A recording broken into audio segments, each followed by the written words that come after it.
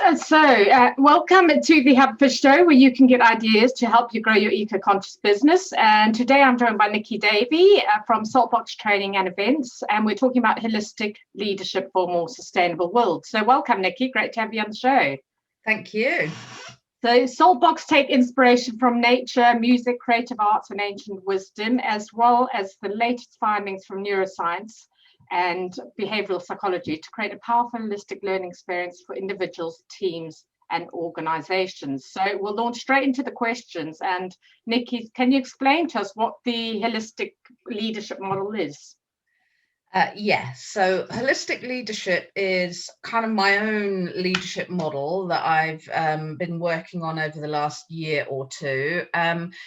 And well, I can actually show you. It looks like that. Okay, brilliant. So it brings together the four quadrants are kind of like body, mind, heart, spirit. It's also about four elements of leadership. So using the elements of nature, earth, air, fire, and water to represent different aspects of leadership, which are courage, wisdom, vision, and compassion, and it brings together a kind of whole load of aspects of leadership. And the reason why it's called holistic leadership is really because it is about engaging the whole person and understanding how all those aspects of ourselves are fundamental to good leadership, particularly for the type of leadership that is needed in the world going forward. And I'll come on to that in just a minute. So really it's about recognizing as a holistic leader that you're kind of balancing all of these elements.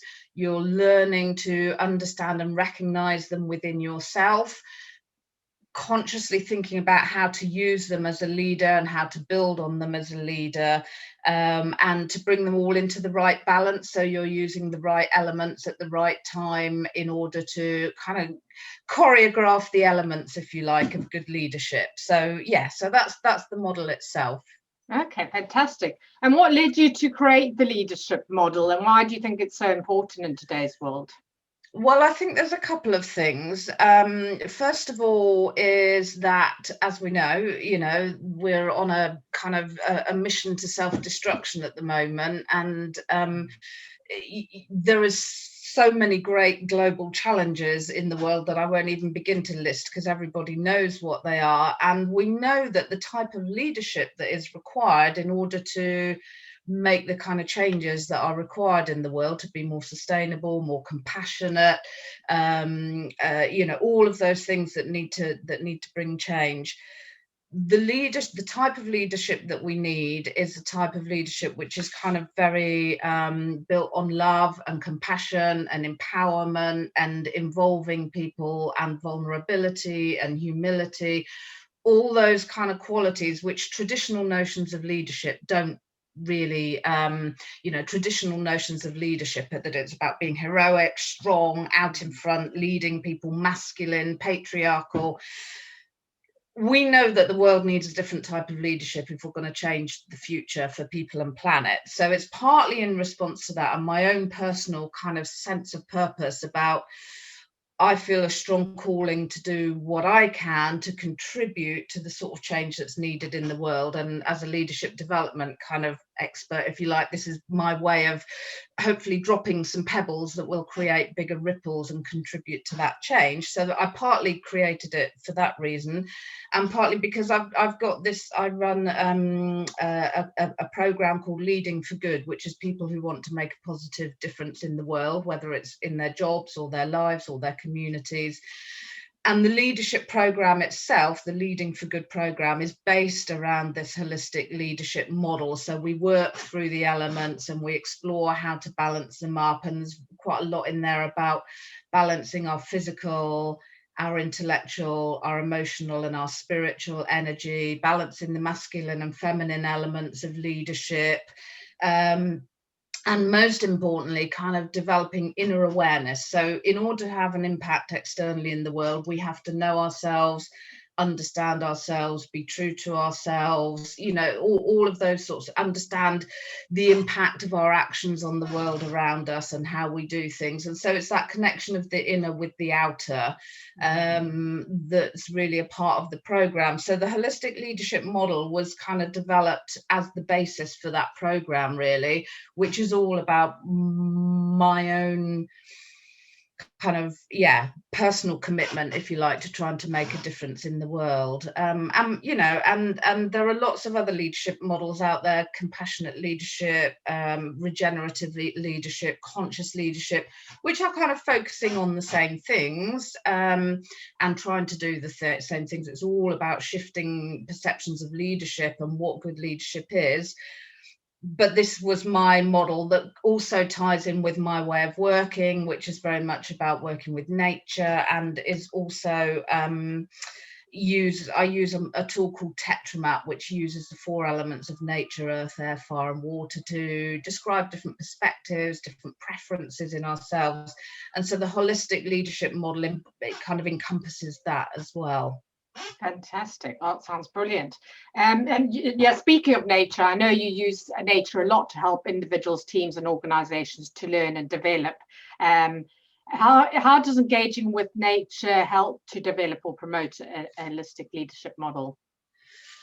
Well, so many reasons. I mean, the first thing to say is that in terms of learning, nature is a really powerful tool in helping people to learn anyway. And I think during the pandemic, there has been a much greater awareness has developed of the impact of nature on us and how important nature is and how interconnected we are with it. But I think a lot of that focus has been on our well-being and the impact of nature on our well-being, and that is obviously really important.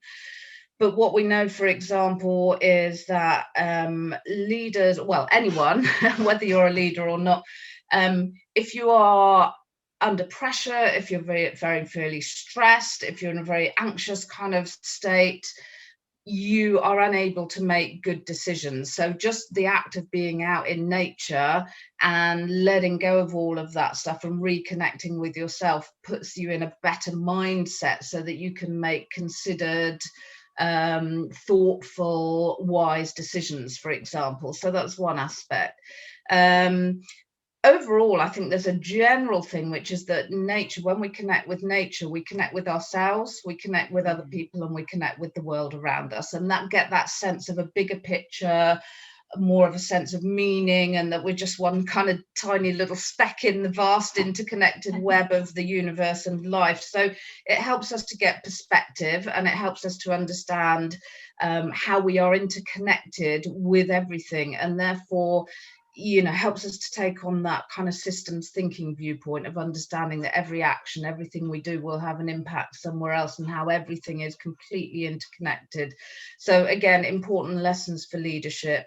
I think most importantly for me, particularly being in nature, not all of my stuff is about being in nature, it's also about looking to nature for lessons, but being in nature helps people get out of their kind of thinking mind and into their intuitive, instinctive self, so that they can really make those inner developments that help them to then have more of an impact in the world.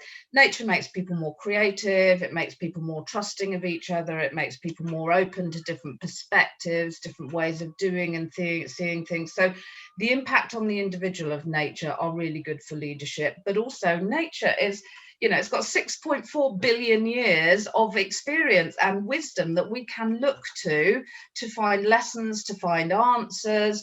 And because nature is so kind of complex and, diverse, we can always find natures in metaphor. And we know that, and there's neuroscience and research into all of this that shows that, you know, nature does have this impact. But when we use nature metaphors to help us understand concepts and ideas, we actually understand them better, and we're more likely to act on them and more likely to change our behavior as a response. So there are so many good reasons why, apart from the fact that, why not, frankly, it's a lot more fun than sitting in a training room. Definitely. Oh, fantastic. Yeah, absolutely. I think nature does provide a lot of that. So finally then, what is your top eco business or lifestyle tip?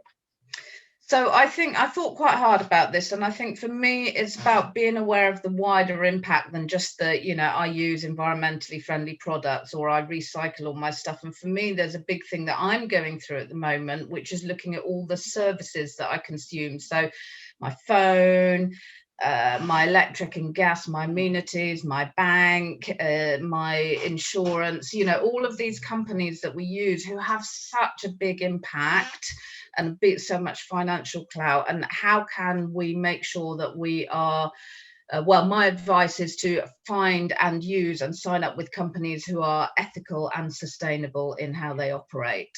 And I think you can have a wider impact than just your own individual action that way. Brilliant, really good tip. And I think, people are becoming more and more aware of that digital impact as well. So, so your Leading for Good cause, people can find it at salt-box.co.uk, Leading for Good. Is that correct? So yes. -4-good. There are some hyphens in the middle. Yeah. If people go I'll post the link in. I'll post the link in the comments and within the post as well, so that people can get to that. But that sounds fantastic. So thank you so much for joining us, Nicki. Great to have you on the show. Thank you very much.